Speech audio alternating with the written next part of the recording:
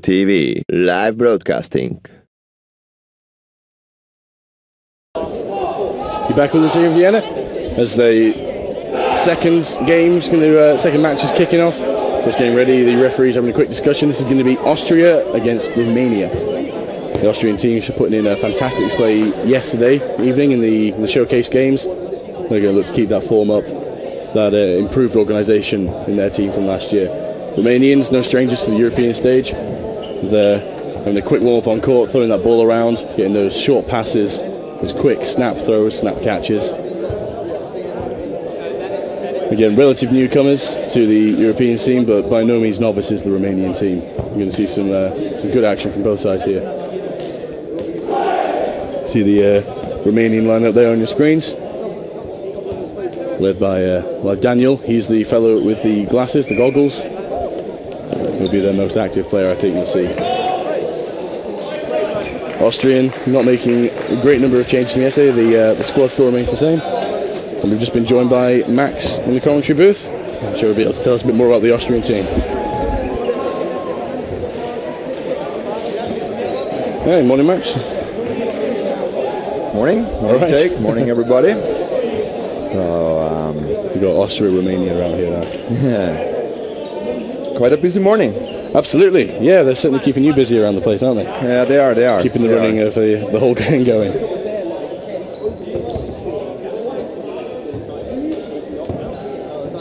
So neither of these teams were spotted in the bar last night either, which is good to see. That's not true.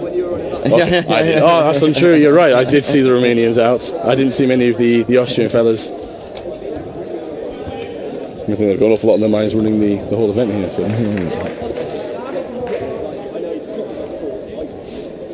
There we are in the booth. Look at us, handsome figures of men.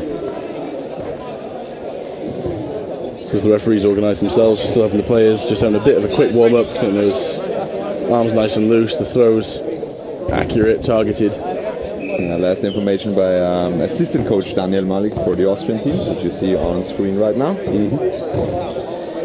I don't think he has much influence on what the players are playing, but he sure likes to put on the coach dress. Some players a bit of a law unto themselves. They know what they're doing. In the backcourt, you can see them in the far corner. The Swedish team is preparing. They will play England. Yeah. That's going to be a wonderful game to watch. We'll see them later on center court as well. So we got a chance to see every team, every nation on center court throughout the tournament. That's right. And have a look how they play. So the England-Sweden game that isn't currently being shown on screen has only just begun. I think they're in their first game. It's still 0-0. It looks like England are going to take another lead. Yeah, we'll keep you informed from the scores on the other courts as well as the standings in the groups, so that you see which team is in a good position to advance in the knockout stages and which team has to do some more. That's right, we're only bringing you the live stream on centre court, so these games are going to be ongoing on the other two courts. Over on court 2, we've got Northern Ireland Knights against France. It looks like the Knights have taken at least one game. The French having to reorganise. A very, very energetic Northern Ireland team over there. So here on centre court, looks like the teams have been picked. They're ready to go. Lining up, the referees just organising themselves. And we should be off. Hopefully Austria hoping to show the same sort of dominance as they did yesterday. Bringing the captains in for a quick handshake and a quick chat. There's Romanian number 1. Quickly going over the rules of fair play, last minute clarification of anything that may have changed from last year. Everyone's happy? Wonderful. We're about to start.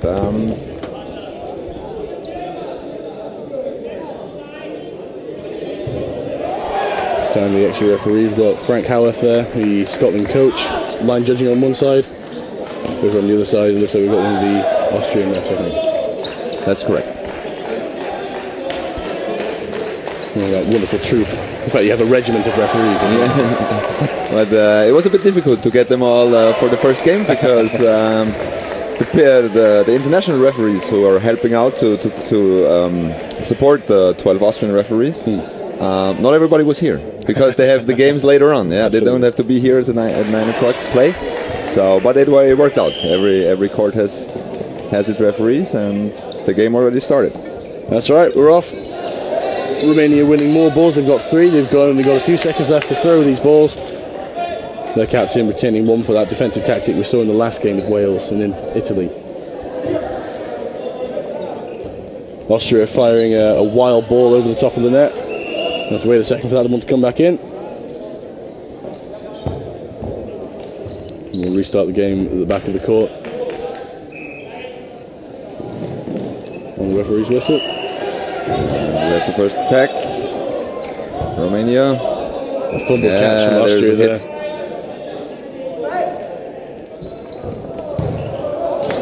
Quickly responded in kind from the Austrians. Strong shot at the toes of the Romanian number 8. So we have 4-4 again. The two players advantage from Romania is gone, but another missed catch leads to a 4-3 lead. Nice dodge. He jumped high. But they're calling him out. Anticipated. Oh, he called him out. They're calling him out. I think maybe there's a glancing hit the referee saw, so they didn't see it from up here. The team's even once again. And 3-ball attack. Nice dodge. That's a fine technique because all the players tend to throw towards the legs to keep it low.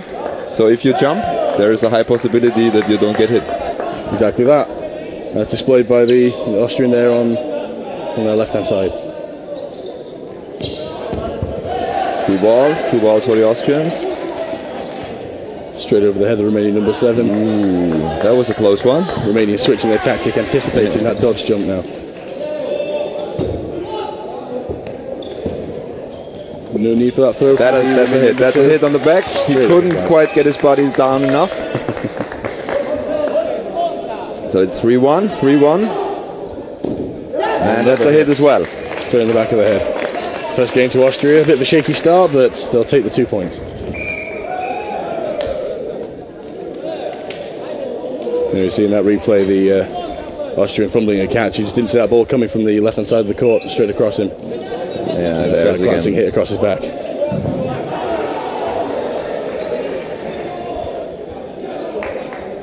So pretty much ready for our second game to get underway. Scoreline 2 to Austria. The runners of Romania, number 2, Daniel Nedelcu. He's a quick one.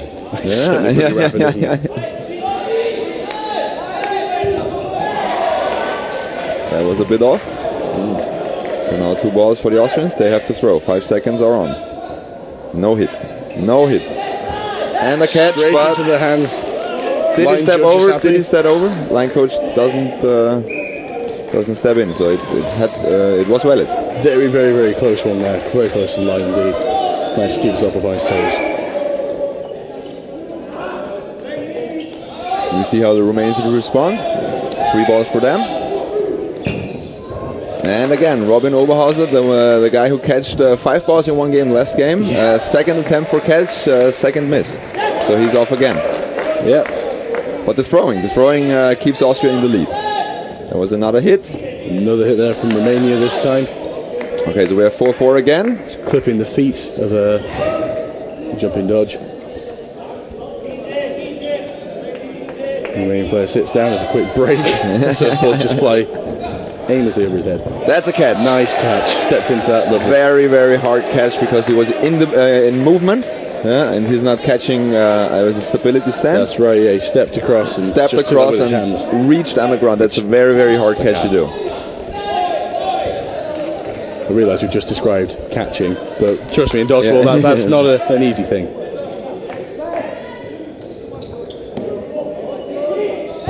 Oh, sneaky tactic. I like that. Yeah, he just waited for the Romanian player to turn around for the ball and then used this moment of... He did. He had 1 second left on the 5-second countdown. Very well used indeed. And that's a counter hit. Wonderful hit. Just clipping the toes of the Romanian number 3 there. Genuinely thought we were going to see 2 balls being thrown at the same time from Romania there. The fabled spitting hydra. Oh, and a chest pass. It's not enough. It's a lovely idea. But the Romanian gets hit. There Austria goes again. Romania definitely has to come up with something. And we will see if they can turn this game around. So not many changes on the Romanian side. They only brought 7 players, as we can see. So they have to go all the way. Yeah, they're going to be tired by the end of the day, aren't they? Here we are, third game. Number 2 again. Number 2 is the fastest player so far. And a catch for the start. I'm not sure if he knew that was happening, but that ball's ended up in his hands, and they'll take the catch there. And a hit. It's a quick start for the Romanians, and a quick lead, 6-4. 6-4. No hit for the Austrians. It remains 6-4. A bit of a dangerous tactic there. The Romanians turn their back on play, thinking they've seen all the balls come past. 6-3. They definitely changed something that's working out for them.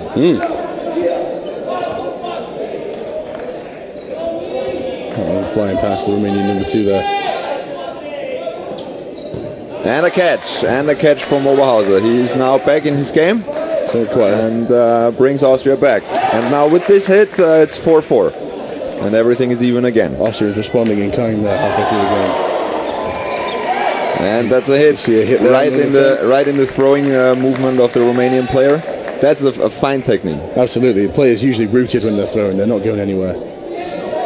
If you've got a quick enough player to get up there in the counter, you can pick off many throws of that early pre-throw. The Romanian player in the back who just got eliminated, certainly not satisfied. And a catch from number 8, Seidel. That's the second catch for him in this game.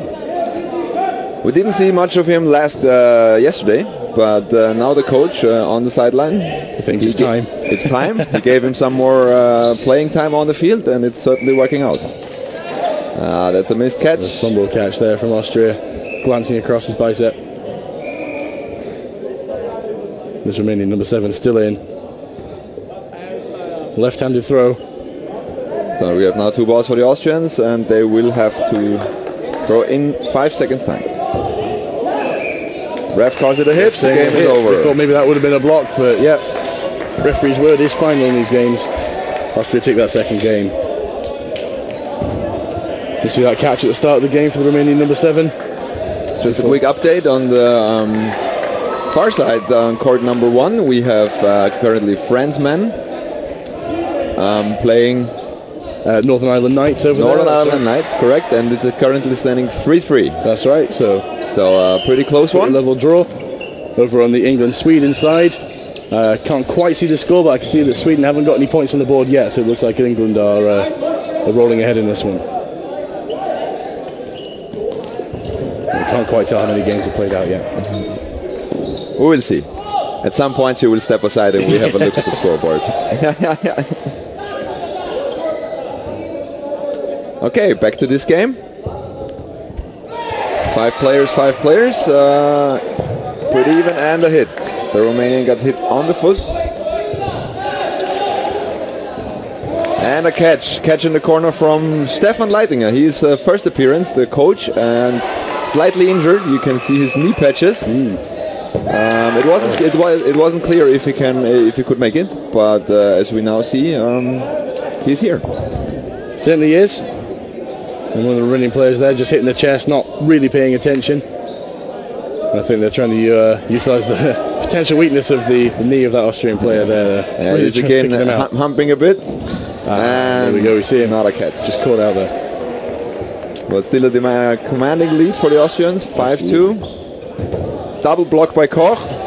And it's a catch. Throw is not good. The catch brings Romania back into this game. So there's one player down at this stage, so they're still looking for that catch, but looking at the way the Romanians are playing. And he tried to jump and catch at the same time. That's also pretty difficult to do. Well, the Romanians are going to try and throw this one out. Their players on court, they seem to be more offensive than defensive players. That hit makes it 2 players for the Romanian team. That's cheering you here there. That's the Swedish there. They have got no points in that game, so that's 10-0 to England in that game over there. Back here, an Austrian player's just been hit on the foot, as you see, so we're even again. 2 players aside. In the Northern Ireland France game, at the end of there, Northern Ireland finishing up those last couple of games. There's 1 game remaining, sorry. So it's Pretty close one here. This is close to the referee. The referee is calling out. Romania loses a player. We didn't quite see why, if this was a hit or if he stepped over. I think it was a line. That was the hit because the blocking ball got loose in his hands and couldn't control it anymore. And that's the 4th win for Austrian team. Looking quite dominant already, the Austrians. Some replay action from just now. Caught off guard, the number 10. There you see it. There you see it. Yeah, he tried to dodge under and slightly rolled over the court. Fell over. Yeah, you have to keep the lines inside at all times. It is, and you can't say they're not bright enough. You know. Oh. That's an interesting defensive tactic. Obviously, in dodgeball of old, headshots were discouraged, and hitting the head wouldn't have counted as a hit. But unfortunately, that was about 6 years ago, so that player is out.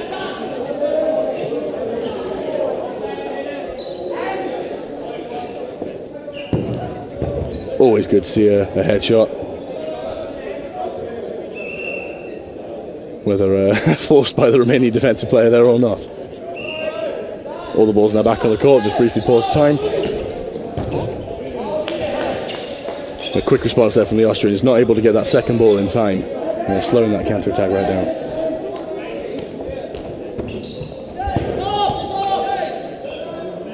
Again, that strong countering game there. Romanians holding on to all those balls, going for releasing two, keeping them defensive. And the pace of the game's really, really slowed down from those vicious volleys we saw in the last game. A soft throw from the Romanian number 10 straight into the hands of that Austrian player over there, and then just to make sure he's out, he takes one in the chest as well. Romanian number 2 committing to that dodge. We're seeing them bouncing their balls harmlessly around the feet of the Austrians. And there goes the captain, Slightly mistimed jump there. Gets himself clipped on the feet. We're waiting for the third ball. There it is. 2 balls for the Austrian attacking. Austria leading by 1 player at the moment. A brief update to before, the scores have been corrected in the Northern Ireland-France game. It's currently sitting at 5-3 to Northern Ireland Knights with 1 game to play, I think. We've got the Swiss are limbering up over on court 1. Back here on centre court, 1 Romanian player remaining, sorry 2, as we're collecting that ball. The Austrians 4. Whoa! A lovely idea, but unfortunate execution there. As that ball goes sailing over the top, not going to trouble the Austrians at all, really. I think that was bounced off the referee is arguing with the player, and he calls it a hit. He calls it a hit. Player seems pretty convinced that bounced into him. We can't get a great view of that from behind the back. Maybe we can get a replay of that later on. But the ref's doing a good job so far, so we can assume that he sees it better. Arguments. And so in this final game, 1 Romanian player, Romanianing.